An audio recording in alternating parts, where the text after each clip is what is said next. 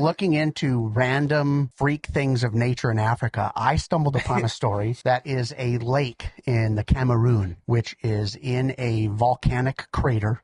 Some type of eruption happened like 400 years ago. And then this crater that was left over filled with water and eventually became a lake. The lake is, however, still impacted by the crater because the crater leaks CO2 into the water. Mm-hmm. And then because it's a perfect bowl, there's no wind that hits it. So this lake is like, it's not stagnant, but it's still. It doesn't move. This reminds me of him describing when he blew out the bathroom. What is that a reference to? Yeah, one time. I don't know the time you're talking about. Mm-hmm. It was many times. It was an act of God. Go on. It was many. So this bowl this lake has no waves because it doesn't get hit by wind. It's very still. So because it's so still, the water has different layers of temperature. The colder ones are at the bottom and the warmer ones are at the top, and they don't mix because it's so still. Okay. And then the CO2 comes in from the volcano or whatever it is that's underneath it, and it builds pressure. In 1986, the pressure built up so high that for every 1 gallon of water that was in this lake, there were 5 gallons of dissolved CO2, which is Whoa, what is that? Amazing. Like, that's such an incredibly high level, and it built up over who knows how many. Is this similar to that one story that we covered with ice fishing where the ice fishing holes got lit on fire? Yeah. Yeah, that was methane that was in the water. But this was CO2 built up from volcanic activity. And then they don't know if it was like could have been a very mild earthquake, could have been a little landslide from the side. It also could have been cold rain that changed the top water to be cold, so then it would sink and displace the cold water in the bottom. But something impacted those layers of water, and it erupted and let loose all of its CO2 in a matter of 20 seconds. And it let loose... This also reminds me... No, I'm just... It let loose 1.2 cubic kilometers of CO2 in a matter of 20 seconds. So a kilometer wide, a kilometer long, a kilometer tall. Enough CO2 that could fill an entire city erupted from this lake all at once. It blew the water up 300 foot and made a tsunami into the basin. A tsunami from a lake. Whoa. Killed people in the basin. Oh yeah. But then the CO2 that came out of the eruption, it's heavier than air, so it doesn't go up and dissipate. It comes back down and hugs the ground, and then traveled outwards for 25 kilometers and killed 1,700 people via asphyxiation. What? Yeah. They said that it's Lake Nyos, I need some canned which air. is in Cameroon. And no one gets their life insurance money. The local village that was right there had 800 people. And of the 800 people, 6 people lived. What were they on oxygen or something? And it was instantaneous. They said that the couple people that lived, some of them just happened to be at high enough elevation that they didn't get enough. They didn't get it. And then a couple people heard the explosion, panicked, got on motorcycles, and took off in the other direction. And made it far enough that they didn't die. They probably thought it was a bomb?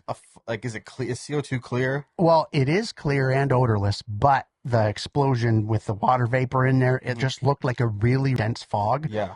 But it wasn't up or floating. It was hugging the ground. Looked like a fog machine. And I trust those less now. One of the guys that lived said he was standing in his house, and all of a sudden he heard his daughter snoring. That's weird. And he turned to look at her, and as he turned to look, he said the snore intensified and was this horrible snore gurgle. Gasp. And he was witnessing her asphyxiate and die because the CO2 it disperses, or whatever the word is. It gets rid of all the oxygen because now it's just all CO2 right there because the oxygen comes up and the CO2 is down here.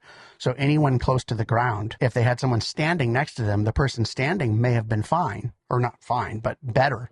And the person laying down, bye-bye. So there's like a chance Snow White makes it, but the dwarfs do not. That is. No, they all perished, unfortunately. So because of the high concentration of CO2 rolling into town, it wipes out oxygen. Yep. Thus, you're just dying. Everyone asphyxiates. 1,700 people died. 3,500 domesticated animals and livestock died. And this is all in almost, not quite an instant, but like over a period of a day, that many people died. And like I said, it went for 25 kilometers out. So Pete, that is from horrific.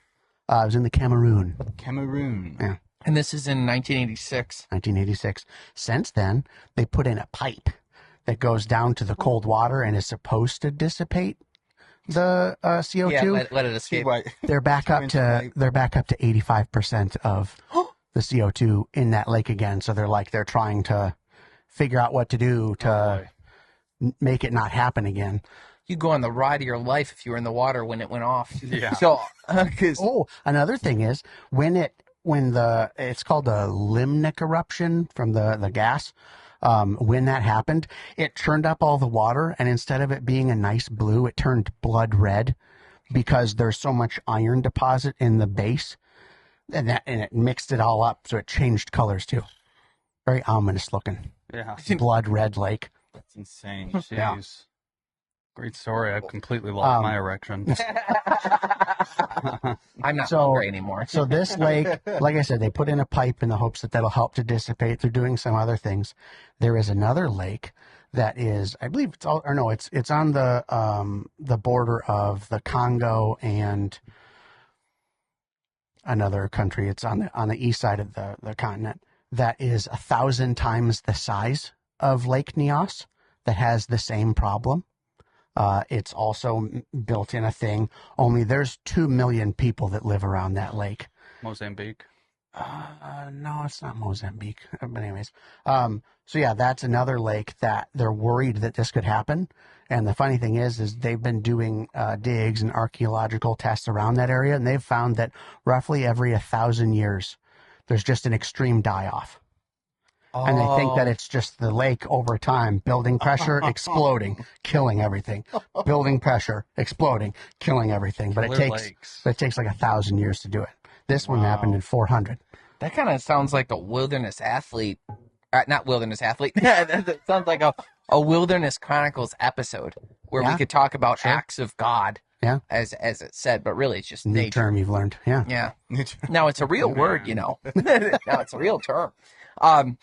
What's interesting to me is, like, just to summarize it for anyone who maybe like missed or didn't understand, you've got CO2 building up, pressure builds up underneath the lake, explodes, the water shoots up in the air, and then comes down and crashes, creating tsunamis out of the lake that killed people.